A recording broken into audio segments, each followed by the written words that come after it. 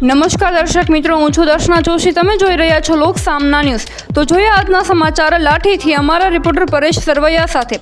ગુજરાતના વન વિભાગના સિંહોને બચાવી રહ્યા હોય તેવા બણકા ફૂંકે છે. કોઈપણ રીતે સિંહ કમોતે નહીં મરે તેવી વાતો કરનાર વન વિભાગના અધિકારીઓને લાઠી તાલુકાના લુવારિયા ગામના જાગૃત નાગરિક દ્વારા અવારનવાર રજૂઆત કરવામાં આવી છે કે લુવારિયા ગામમાં 3 ખુલ્લા કૂવા છે જ્યાં સિંહો વસવાટ કરે છે. જો આ ખુલ્લા કૂવામાં સિંહ પડીને મૃત્યુ પામશે તો જવાબદારી કોની રહેશે? જંગલ ખાતાના અધિકારીઓને ધ્યાનમાં હોવા છતાં આ અધિકારીઓ ખુલ્લા કૂવાઓને ઢાંકવા જાળી લગાવવાનો પ્રયાસ કેમ કરી રહ્યા નથી? શું આ અધિકારીઓ સિંહ કૂવામાં પડે તેની રાહ જોઈ રહ્યા છે? હમણાં જ લાઠીના દામનગર પાસેના ગામમાં એક સિંહ કૂવામાં પડતા મોતને ભેટ્યો છે. તો શું લુવારિયામાં પણ સિંહ કૂવામાં પડે તેની રાહ જોવાઈ રહી છે કે શું? સિંહ અને પર્યાવરણ પ્રેમીઓ એવું ઈચ્છે છે કે આ 3 ખુલ્લા કૂવાઓને તાત્કાલિક જાળી મારીને ઢાંકવામાં આવે.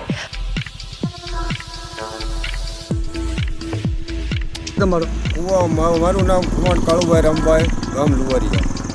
મારી વાડીએ કૂવો ખુલ્લો ઘણા સમયથી છે. જંગલ ખાતાવાળા 7-12 3-4 વાર લઈ ગયા, ખોટા લઈ ગયા, હજી આવ્યો નથી. એનું જંગલ ખાતાની જવાબદારી ગમે તે પડે એમ છે સિંહ.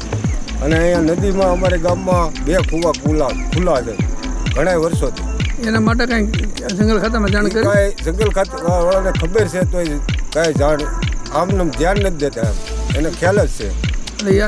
કૂવાની આજુબાજુ સિંહ હાલે છે? અરે રોજ ટોળા રોજ અહીંયા ચાલુ જ હોય. તમારા વાડીમાં કૂવો છે ત્યાં સિંહ આવે છે? અરે ઘણી વાર હોય જ ત્યાં, રોજ ડેલી હોય. તો હું આ લોકો સિંહ કૂવામાં પડશે તો જવાબદારી કોની? એ જંગલ ખાતાવાળા, આપણી કાંઈ નહીં. આપણે જાણ કરી આપણે 2-3 વાર 7-12 લઈ ગયા તોય નથી આવું કરતા. ફોટા બોટા પાડી ગયા છે. ગામનું નામ કયું ગામ છે? લુવારિયા ગામ. તો ફરી મળીશું એક નવા સમાચાર સાથે. ત્યાં સુધી જોતા રહો લોક સામના ન્યૂઝ.